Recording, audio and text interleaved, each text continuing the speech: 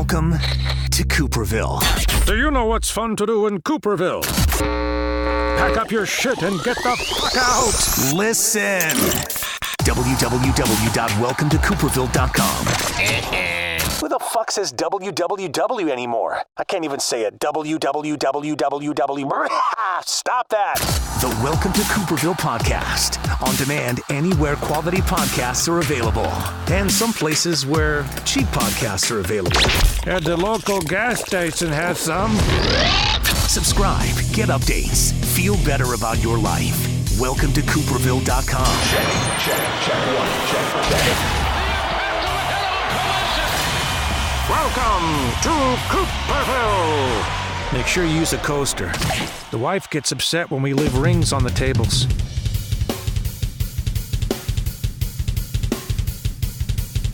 First and foremost, I appreciate it, man.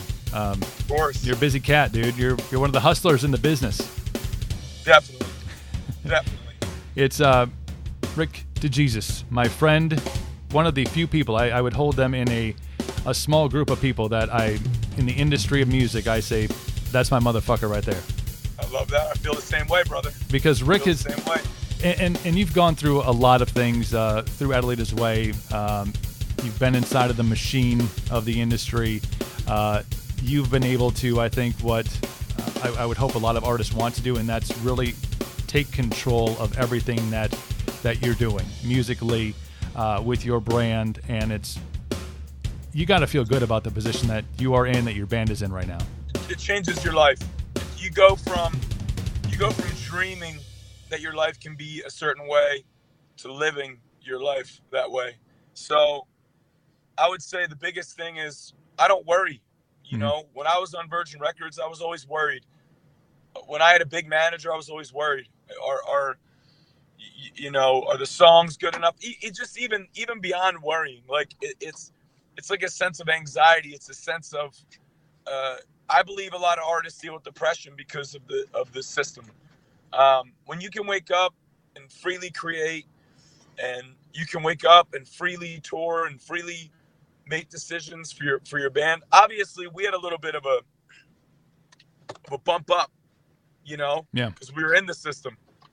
So when we got out of the system, our numbers not only stayed the same, they probably tripled. Jeez. That's insane, man. It's crazy. So it could be a unique story, I guess. Like some people who are already independent could get mad at me hearing how happy I am independently. But I was on Virgin Records for 8 years, made very little money, had #1 hits, did the biggest tours in the world, had nothing to show for it except people knowing who I was, right? Yeah. And some fans. You fast forward, we get out of the deal, 2013, 2014. We went from 130,000 Spotify listeners to 900,000. We went from 10 million streams on our music to almost 200 million in that period where we became independent. My whole life changed. How do you think, and I think you're a purveyor of these things, but there are, having some longevity, you've been doing this for a minute, but you've seen how the system has worked from the inside, but you've also been able to really adapt to these new means and ways of getting your music to people. Yep. And it seems like a much more personal way to get your music delivered to people than I think radio is, and I think any other avenue can be, because you're in control of it. You can be the voice behind it. I know that you utilize Facebook Live and all these other avenues to really give a one-on-one connection with your fans. How has technology for you and for the band kind of redeveloped what you thought this industry was getting into it? Well, the fans get to see who you are through technology. They get to learn more about you. They get to figure your personality out, the man behind the music, and I think they enjoy seeing that. Side number 2, the tech companies, Spotify, Apple Music, Amazon, even SiriusXM, their music discovery is light years ahead of terrestrial radio. Yeah. Terrestrial radio almost has it to a point where you have to already have a song that you don't need anybody for them to play the song. Right. You know, and sometimes they don't even play it.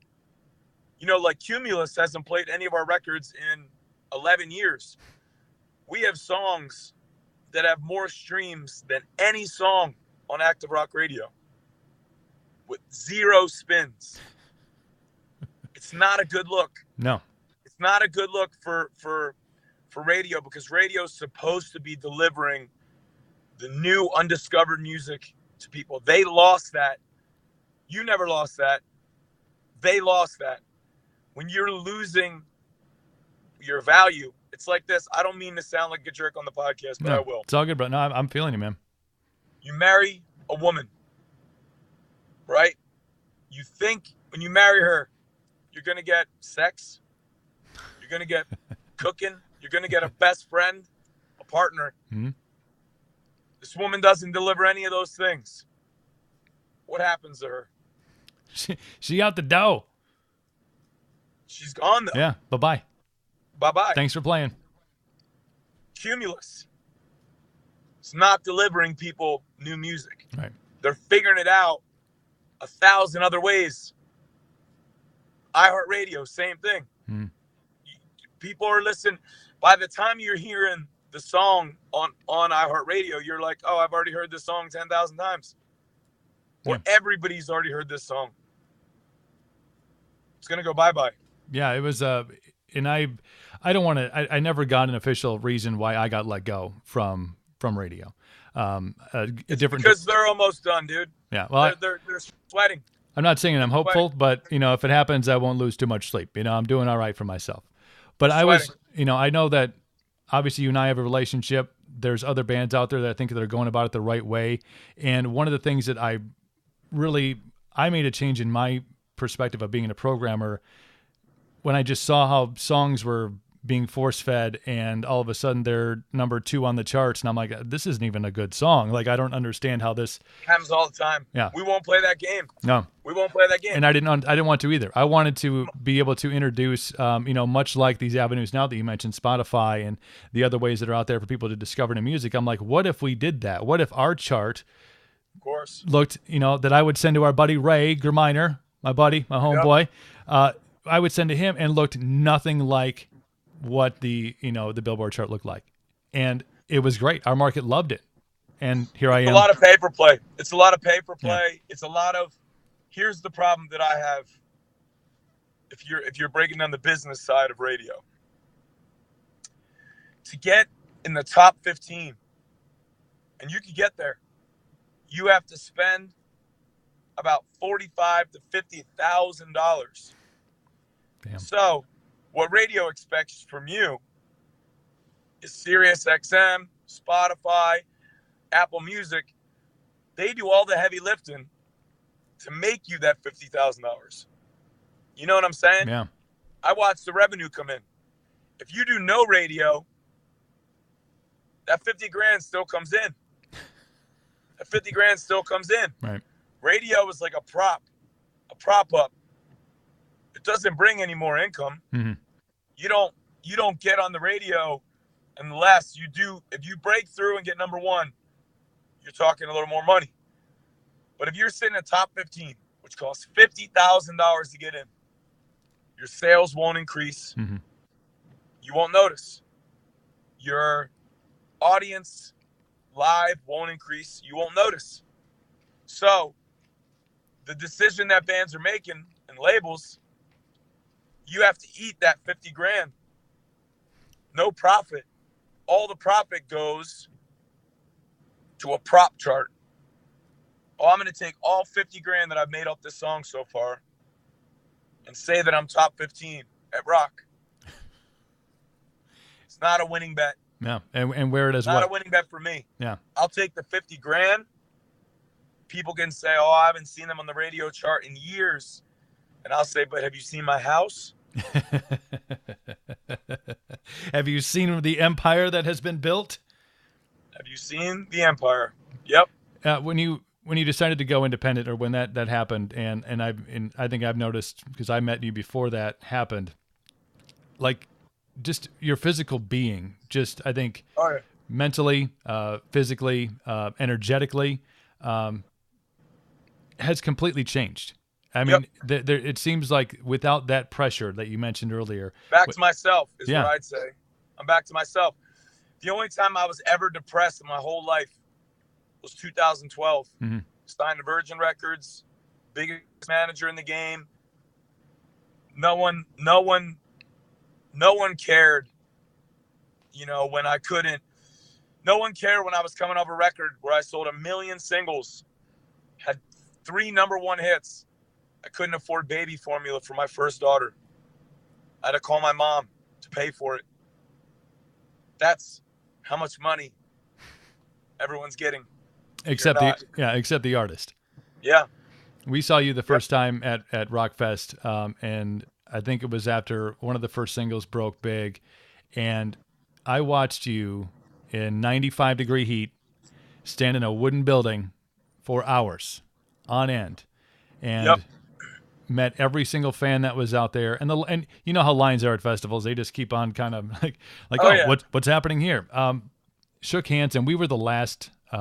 Me and my wife were the last 2 people in that line, because we're not, we're just doing our thing.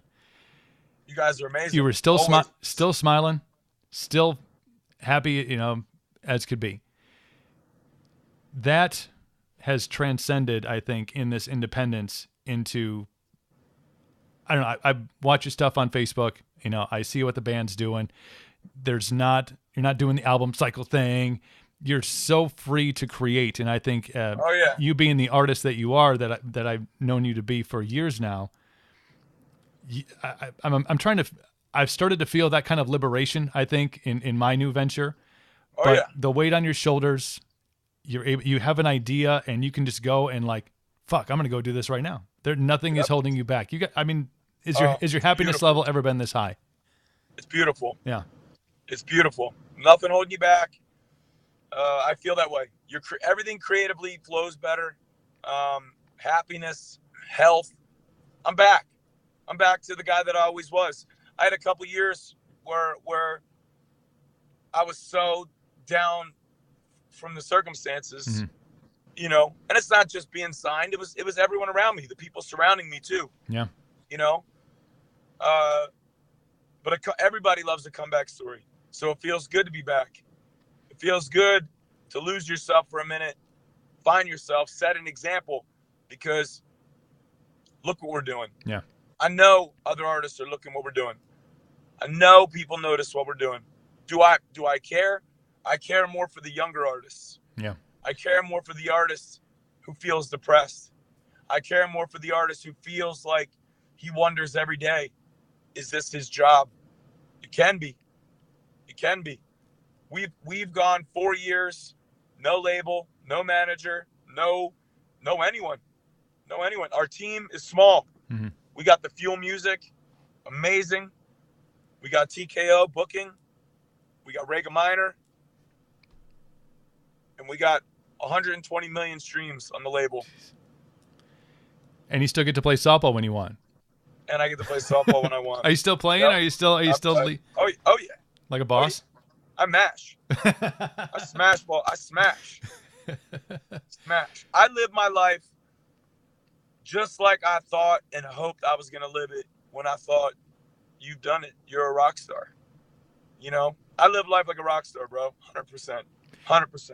And that's, I think, I had Kyle in earlier. You're on tour with Blacklight District, Kyle Pfeiffer, and another independent guy, doing his own thing.